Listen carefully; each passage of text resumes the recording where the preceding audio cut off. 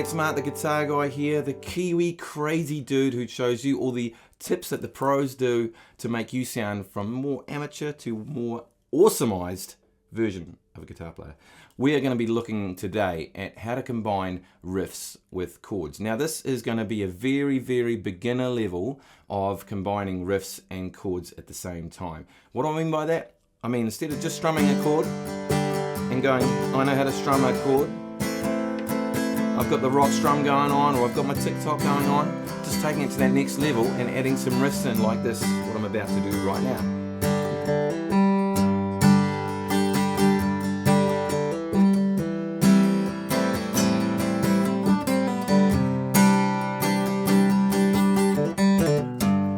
Flashy one at the end. So like I said, very basic beginner level, but that might sound kind of complex, but I'm going to break it down and show you how so incredibly simple this is with one riff. By the way, excuse all the ribbons here. I am playing at a festival today and tomorrow. That's right, I'm playing at a festival here in New Zealand, which means there's 3 people there, and I've got to wear these to get in the door, and they don't come off. So I'm gonna do a video anyway because I love you guys that much. I don't even care how stupid that looks, all right? Try not to look at that. So let's get into it. The riff we are going to be using is a hammer-on at on the 4th string on the 2nd fret, okay? Okay, that's the hammer-on I'm doing there. Now if you've never done a hammer-on, you need to practice that riff, a hammer-on, and then what we're going to do after that is going to play the 3rd string open under that. So we're going to do hammer on the 4th string to the 2nd fret, and then just an open string underneath it, which is the 4th string, okay? It's the 4th string. It's the 3rd string, Mark. It's the 3rd string. That's right, the 3rd string. So we're going to go. So I'm going to explain the riff that we're going to use for this, and we're going to use the hammer on the 4th string, 2nd fret. So 0, 2 would be the hammer on for that, and then the 3rd string open, which would be a 0, which is the 3rd string, okay? It's a G. Okay? The song we're going to be doing, or the chords we're going to be doing are in the key of G. We've got a G, we've got an A minor, we've got a C, and a G, okay? And when you first do this, we're only going to do it with one chord, but I'm going to show you how to do that. So the riff, you want to get good at just doing that riff like that. Okay, so it's da-dum-dum. I don't want it to go ba-dum-bum, like, because that's not very musical, at least in this context. Or, I don't want it to do that long note. I want it to go, sound like da-da-da, da-da-da, 3 even notes. Hammer on note, okay? So, if you don't have that down now, make sure you pause the video, don't disappear, don't go anywhere. Get the guitar, make sure you're getting really good at that riff. Just first finger's fine. Over and over. Make your family sick because you've been doing it too much. Okay, on with the next part. So the chord progression. What we're going to be doing is going to be doing a G, and we're just going to do a basic rock strum, okay? Down, down, up, down, okay? Down, down, up, down. We're going to do 2 bars of the G, and then at the end of the 2nd bar, so sort of like 2/3 or second, I guess halfway through the 2nd bar, we're going to do the riff. It's going to sound like this. So here's 1 bar. That's 1 bar. That's 1 rock strum, okay? Then the 2nd bar, down, down. We're just going to do 2 downs at the moment, and we're going to do the riff, okay? So if we back the truck up just a second, because this is important. I do this all the time with students. I've got Skype lessons all the time, and they're always teaching me how to teach you. And the thing we need to do is sometimes back it right up to one simple task, okay? So we've got the riff. Now the second part is to do 2 down strums on the G. 1, 2, riff. Down, down, riff. I did it wrong then, doesn't matter. Okay? Just for now, okay? We're going to make it more complex as we go. Next step, okay? Once you've played that, you might need to play that 100 times. If you've got that down, you're ready for the next step. Now the next step is a 1 bar of G followed by what we just did. So we're going to go down, down, up, down. 2 strums, 1, 2. Okay? Do it again.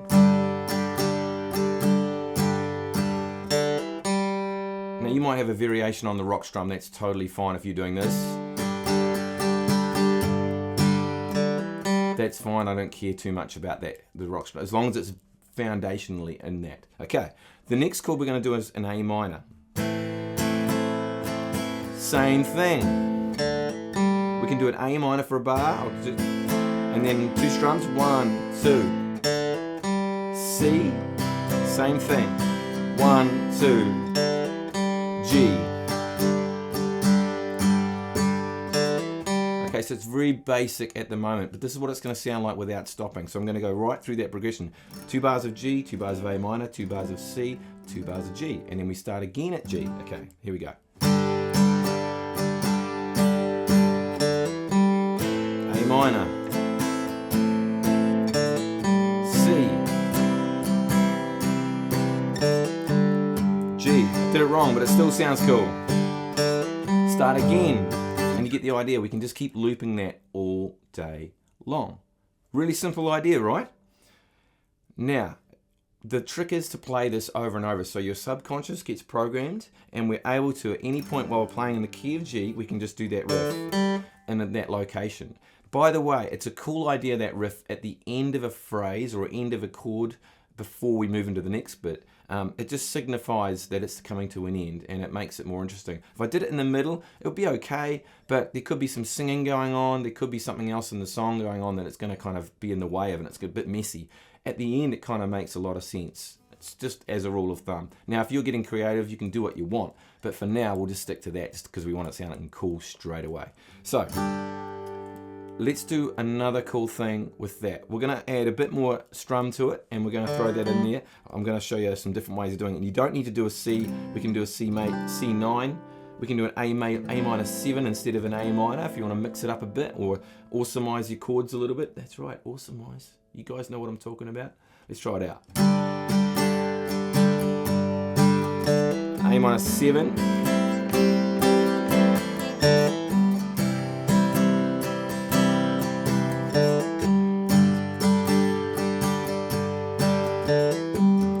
As an idea, that's one way you could do that and keep cycling there. Now, the coolest thing, now this is going to blow your mind, is that you not only need to just, or not only can you just do that riff and now have that in one position, we can move that up a string. We've got a whole new riff with exactly the same movement in exactly the same place, and we can do exactly the same riff, but instead of on the 4th and 3rd strings, we move it up a string, so it's now the 5th and the 4th strings, doing a hammer-on the 5th, and just playing the 4th string open. Let's see what that sounds like.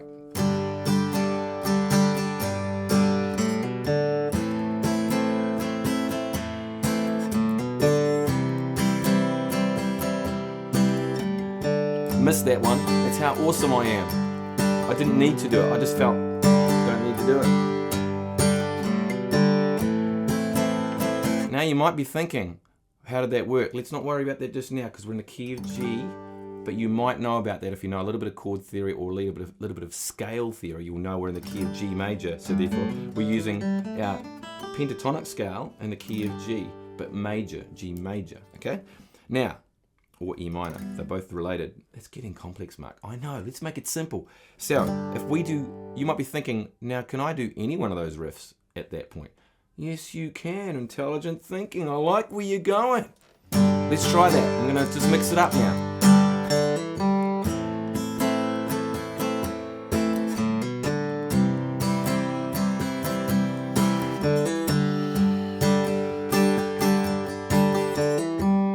So I mixed it up a little bit there. Now, we can even go further than that, because instead of going up a string, we can go down a string and do it. So we can do a riff and using the 3rd and the 2nd strings. So we're doing a hammer-on on the 3rd, and we're doing an open string on the 2nd. So you got, so pretty simple, exactly the same riff. Let's try it out.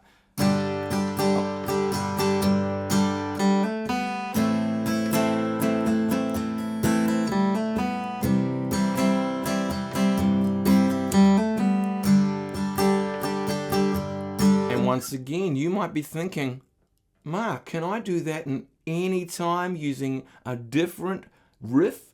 And I would say to that, that's a good question. Yes, you can. By the way, I'm not being smug. I'm kind of being smug. Because you guys are so damn bright. We're going to be able to move that round now. Let's try a whole bunch of different positions for that. So here we go.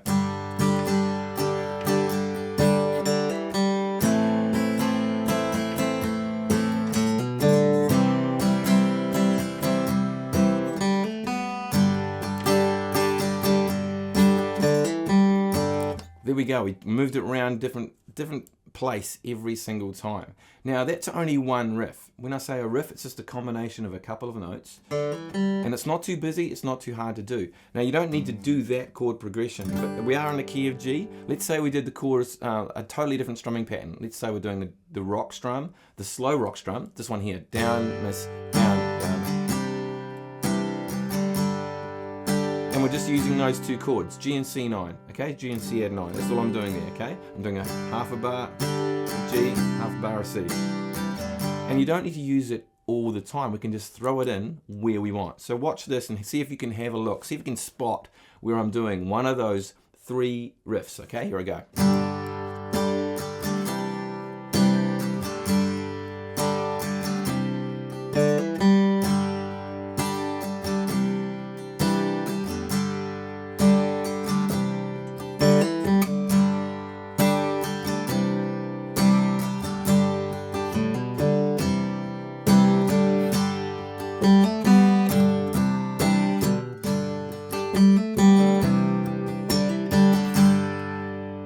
You can kind of see them in there. A little bit rough my playing was there once again. I don't know what's going on with me today, but I'm just showing you I'm human.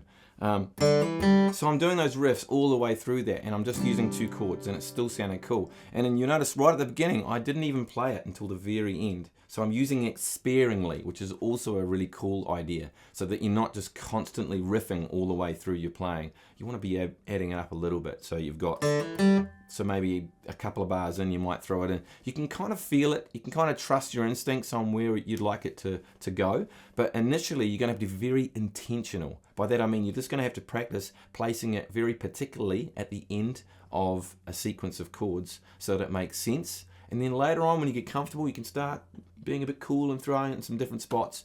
It makes a big difference, okay? So now we are going to do one more section, okay? We're not going to do the same riff though. We're going to mix it up, but it's based on the same idea, okay?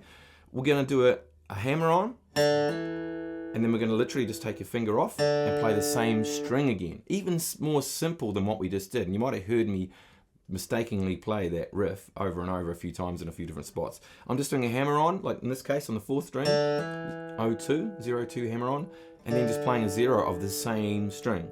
Simple as that. And you can use that riff on each of those 3 strings, so the 3rd, 4th or 5th string. Let's have a go at it now. Let's do that little same, let's mix it up, do a different strumming pattern. Let's go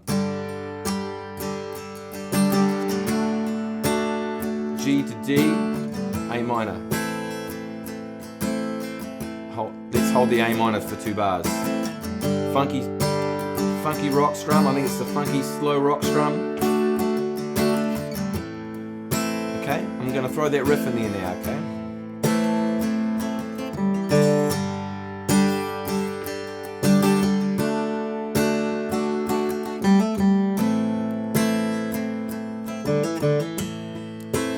Now the other riff, combining the 2.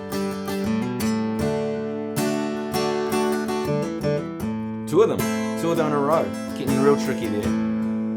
But you can see now how you can just start evolving and growing this repertoire of riffs. We've got one idea there, pretty much 2 ideas, and we're able to move it around. And that's what I love doing with you guys. I love giving you guys little snippets of ideas that we can actually apply to all the stuff you already may know, and just taking it up another notch so that you're not sounding so, I guess, average. And you know how you feel when you're playing, and you're kind of like, I kind of sound plain, and I want it to sound a bit more cool and a bit more exciting. And these little ideas is all it takes. It really doesn't take too much, and it's just a matter of intentionally programming these ideas.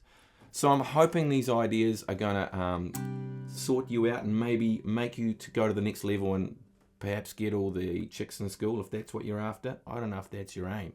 If you're a girl, that might not be your aim. I'm not sure where you're at right now, especially in this day and age of social justice warriors.